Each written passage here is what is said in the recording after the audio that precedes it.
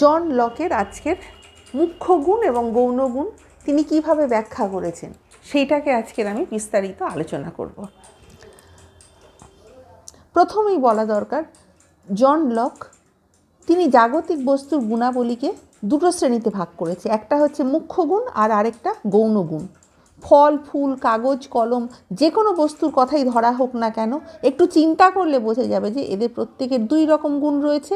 একটা হচ্ছে মুখ্য গুণ, যেটাকে বলা হচ্ছে প্রাইমারি কোয়ালিটি, আর আরেকটা হলো গৌণ গুণ, যেটাকে বলা হচ্ছে সেকেন্ডারি কোয়ালিটি।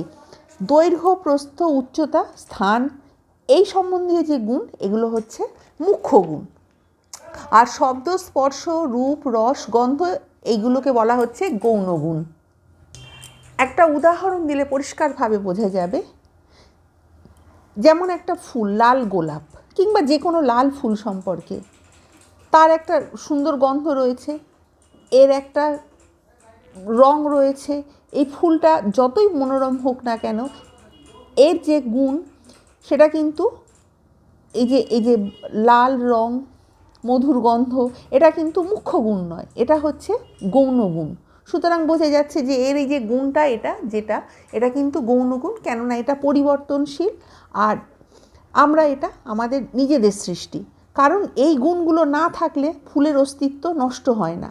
ফুলটা শুকিয়ে গেলেও এর গন্ধ নষ্ট হয়ে যাবে এবং এর বর্ণও কিন্তু দেখা যাবে যে পরিবর্তন হচ্ছে, কিন্তু ফুলের যে অস্তিত্ব তা নষ্ট হবে না। ফুল সে ফুলই থেকে যাবে, কিন্তু মানে যখন ফুলটা শুকিয়ে যাবে তখন তার যে কালারটা বিবর্ণ হয়ে যাবে, তার যে একটা নিজস্ব একটা গন্ধ ছিল সেটা পরিবর্তন হয়ে যাবে। সুতরাং এইটা বলা হচ্ছে গৌণ গুণ। কিন্তু ফুলের যে অস্তিত্ব ছিল সেইটা কখনো পরিবর্তন হবে না, আর যেটা অপরিবর্তনশীল সেটাই হলো মুখ্য গুণ।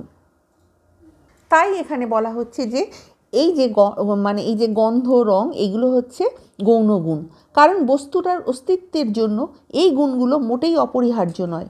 এই গুণগুলো বাদ গেলেও ফুলটা বজায় থেকে যাবে, কিন্তু মুখ্য গুণ সম্বন্ধে এটা বলা যায় না।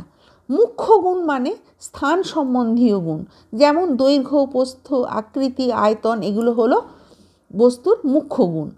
যে বস্তুর কোনো দৈর্ঘ্য, প্রস্থ বা আকৃতি নেই, সেই বস্তুর অস্তিত্ব কী করে সম্ভব? মানে একটা জিনিস থাকতে গেলে তাকে তো তার আকৃতি থাকতে হবে, সে একটা নির্দিষ্ট জায়গায় সে তার বিস্তৃতি থাকতে হবে, তার মানে একটা এই যে আকৃতি, তার যে দৈর্ঘ্য, প্রস্থ, এগুলো ছাড়া তো কখনো কোনো কিছু থাকতে পারে না। সেই বস্তুর অস্তিত্ব কী করে তাহলে সম্ভব হবে? আকৃতি ছাড়া, দৈর্ঘ্য ছাড়া তো কোনো বস্তু সম্ভব হতে পারে না। এখানে একটা মনে করা যেতে পারে, আমাদের যে গোলাপ ফুলটার যে দৈর্ঘ্য, প্রস্থ এবং উচ্চতা নেই, এর আকৃতি নেই, আয়তন নেই, ঘনত্ব নেই, এক কথায় স্থান সম্বন্ধীয় কোনো গুণ নেই, তাহলে বহির্জগতে এই ফুল বলে থাকতে পারে কি? আমরা যদি বলি যে এটা মানে কোনো কিছুই নেই, তাহলে এটা কি সত্যিকারে থাকতে পারে? কখনোই থাকতে পারে না।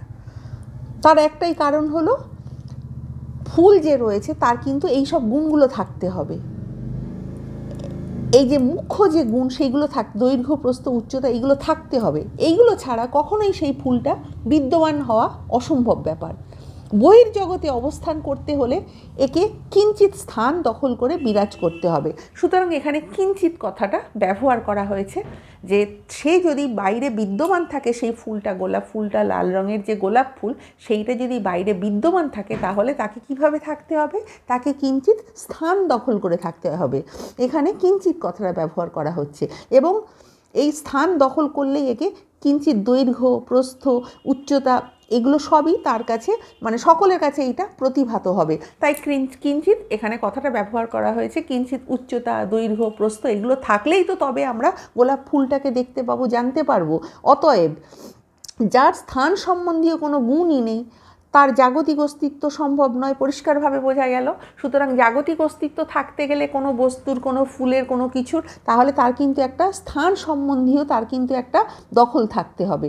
এক কথায় মুখ্য গুণগুলো বস্তুর অপরিহার্য গুণ। মুখ্য গুণগুলো ছাড়া কোনো কিছু চিন্তা করা যায় না, অর্থাৎ মুখ্য গুণটা থাকতেই হবে, অর্থাৎ মুখ্য গুণটা হলো অপরিহার্য গুণ।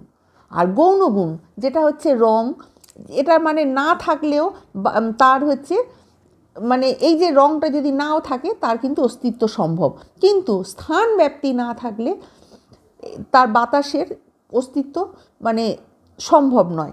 মানে যা কিছুই থাকুক না কেন সব কিছুর কিন্তু একটা স্থান ব্যাপ্তি থাকতে হবে। যদি এই স্থান ব্যাপ্তি না থাকতো তাহলে কিন্তু ফুলটার কোনো অস্তিত্বই থাকতে পারতো না। সুতরাং স্থান ব্যাপ্তিটা হলো এখানে মুখ্য গুণ। এখানে সায়েন্টিফিক রিয়ালিজমের কথা বলা হচ্ছে। এইভাবে জড় পদার্থের গুণগুলোকে দুভাগে ভাগ করা হয়েছে। লক তিনি বলেছেন মুখ্য গুণ, যেগুলো হচ্ছে মনোনিরপেক্ষ গুণ, আমাদের মনের উপর এদের অস্তিত্ব নির্ভর করে না। আর গৌণ গুণগুলো মনোসাপেক্ষ গুণ, আমাদের মনের উপরেই এদের অস্তিত্ব নির্ভর করে। সুতরাং পরিষ্কারভাবে ক্লিয়ার হয়ে গেল যে মুখ্য গুণ যেটা, সেটা হচ্ছে মনের উপর এদের অস্তিত্ব নির্ভর করে না, আর গৌণ গুণ যেটা, সেটা হচ্ছে মনোসাপেক্ষ গুণ, আমাদের যেটা মনের উপরেই এদের অস্তিত্ব নির্ভর করে। এবারে আমি একটা এক্সাম্পল দেব। যেমন হচ্ছে একটা রং, আমি যাকে লাল বলবো, বর্ণান্ধ ব্যক্তি সে কিন্তু তাকে লাল বলবে না, কেন? সে তো দেখতেই পায় না। সেই রকম কোনো ম্যাড্রাসির কাছে একটা যেটা সুস্বাদু খাবার, বাঙালির কাছে সেটা কিন্তু সুস্বাদু হবে না।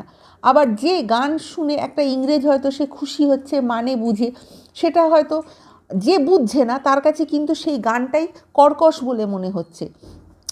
অর্থাৎ গন্ধ প্রভৃতি গৌণগুণ আমাদের নিজ নিজ মানসিক অবস্থার উপর নির্ভর করে। আমার কাছে যেটা সুগন্ধ, সেটা তোমার কাছে সেটা সুগন্ধ নাও হতে পারে, ভালো নাও লাগতে পারে। তাই বলে কি সুগন্ধ বা দুর্গন্ধের কোনো জাগতিক সত্তা নেই? কারণ সত্যিই যদি এর কোনো জাগতিক সত্তা থাকতো তাহলে সকলের নিকটেই ইহা সুগন্ধ বা সকলের নিকটে ইহা দুর্গন্ধ বলে প্রতিভাত হতো। কিন্তু তা যখন হচ্ছে না তখন স্বীকার করতে হবে যে গন্ধ আমাদের মনের সৃষ্টি মাত্র। সুতরাং পরিষ্কারভাবে বোঝা যাচ্ছে যে গন্ধ, স্বাদ এগুলো আমাদের সবসময় মনের সৃষ্টি হবে। আমার কাছে যেটা ভালো লাগছে সেটা অন্যজনের কাছে সে যদি না ঠিকভাবে বোঝে তার কাছে সেটা ভালো লাগবে না। আমার কাছে যে খাবারটা ভালো লাগছে অন্য জাতির কাছে সেই খাবারটা নাও ভালো লাগতে পারে। আমি যে গানটা শুনে খুশি হচ্ছি সেই গানটা অন্যজন নাও খুশি হতে পারে, সে না মানে বুঝে। সুতরাং বোঝা যাচ্ছে পরিষ্কারভাবে যে আমার কাছে যেটা ভালো লাগছে সেটা অন্যজনের কাছে নাও ভালো লাগতে পারে। এইখানে এগুলো যা কিছু সব দেখা যাচ্ছে যে সৃষ্টি হচ্ছে, সেগুলো সবই হচ্ছে আমাদের মনের সৃষ্টি।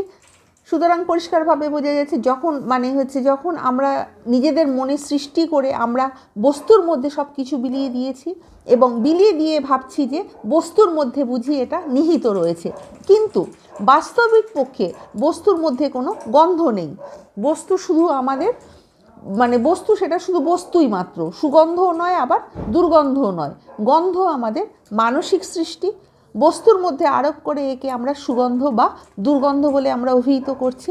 লক তিনি বলছেন গৌণগুণগুলো মনের সৃষ্টি বটে, কিন্তু মুখ্য গুণগুলো মনের সৃষ্টি নয়।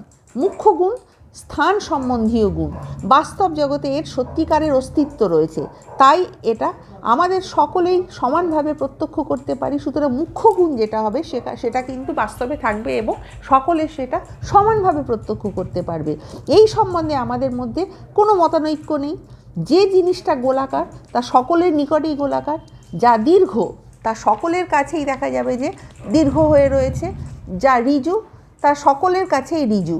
কারোর কাছে ঋজু আবার কারোর কাছে বক্র, এটা কখনোই হতে পারে না। সেই রকম জিনিসের দৈর্ঘ্য, প্রস্থ, উচ্চতা বা নৈকট্য, দূরত্ব প্রভৃতি এই সকল যে গুণ আমরা সকলেই কিন্তু একমত হয়ে থাকি। কিন্তু গৌণ গুণগুলোর ন্যায় এইসব মুখ্য গুণ আমাদের মানসিক অবস্থার উপর নির্ভর করে না। সেই জন্য জ্ঞাতার রুচি অনুসারে এটা বিভিন্ন ক্ষেত্রে বিভিন্নভাবে প্রতিভাত হয় না, এটা সকলের নিকটে একই রূপে প্রতিভাত হয়। মুখ্য গুণগুলো সকলের কাছে একই রকম হবে, সকলে যেটা বলবে সেটাই ঠিক। এক কথায় এরা জ্ঞান সাপেক্ষ বস্তু নয়, এদের প্রত্যেকের স্বতন্ত্র এবং স্বাধীন সত্তা রয়েছে।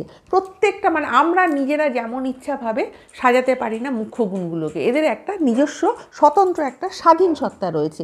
তাহলে দেখা গেল যে লকের মতানুসারে বাস্তব পদার্থের দু রকম গুণ আছে, একটা হচ্ছে মুখ্য গুণ আর গৌণ গুণ।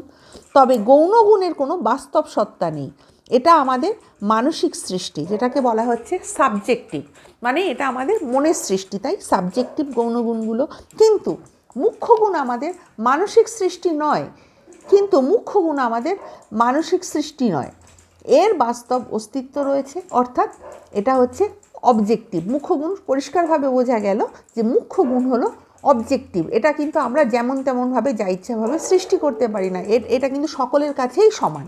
এখানে সাধারণ বস্তুবাদের সঙ্গে বৈজ্ঞানিক বস্তুবাদের পার্থক্য, সাধারণ মতানুসারে পরিদৃশ্যমান জগতের আমরা সব কিছুকে মানে সব যা কিছুই দেখি সবটুকুই আমাদের কাছে বাস্তব। এর সব মানে শব্দ, স্বাদ, গন্ধ যেমন বাস্তব, দৈর্ঘ্য, প্রস্থ, উচ্চতাও তেমন বাস্তব। আমরা যেটা দেখছি সেটাই বাস্তব। এক কথায় বহির্জগতে শুধু পুষ্পাকার এক পদার্থ আছে তা নয়, পুষ্পের সঙ্গে তার বর্ণ, গন্ধ সবই বিদ্যমান রয়েছে, পুষ্পর সঙ্গে এটাও বিদ্যমান রয়েছে। এটা আমরা সাধারণভাবে আমরা সব কিছু পুরোটাই দেখছি, একসঙ্গেই দেখছি। পুষ্প দেখছি, রং, গন্ধ, স্থায়ী সব কিছু আমরা একসঙ্গে দেখছি। কিন্তু বৈজ্ঞানিক পণ্ডিত বলেন যে বহির্জগতে শুধু এক পুষ্পাকার পদার্থ বিদ্যমান আছে, কিন্তু এর কোনো বর্ণ বা গন্ধ নেই। বর্ণ বা গন্ধ আমাদের মনের সৃষ্টি, এর কোনো বাস্তব সত্তা নেই। জড়বস্তুর দৈর্ঘ্য, প্রস্থ, আকৃতি, আয়তন প্রভৃতি মুখ্য গুণ বাস্তব, এর বহির্জগতে বিরাজ করছে। বর্ণ, গন্ধ, শব্দ প্রভৃতি হচ্ছে গৌণগুণ, এরা মানুষ তাই মনোজগতে বিরাজ করছে। সুতরাং বোঝা যাচ্ছে গৌণগুণগুলো আমাদের নিজস্ব সৃষ্টি, আর বহির্জগতে এদের কোনো অস্তিত্ব নেই।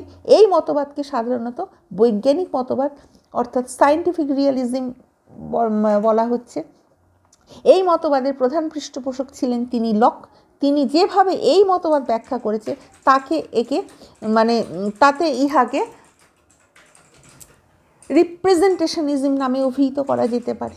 সুতরাং পরিষ্কারভাবে বোঝা গেল লক তিনি মুখ্য গুণগুলো এবং গৌণ গুণগুলো সম্বন্ধে এক কথায় তিনি বলেছেন যে মুখ্য গুণগুলো কখনো কেউ পরিবর্তন করতে পারে না, দৈর্ঘ্য, প্রস্থ যা সকলের কাছেই সমান, আর গৌণ গুণগুলো সেগুলো আমাদের মানসিক সৃষ্টি। আমার ভিডিও তোমাদের ভালো লাগলে লাইক, কমেন্ট, শেয়ার এবং সাবস্ক্রাইব করতে ভুলো না। নেক্সট টাইম আমি আরও একটা নতুন ভিডিও নিয়ে তোমাদের সামনে উপস্থিত হব।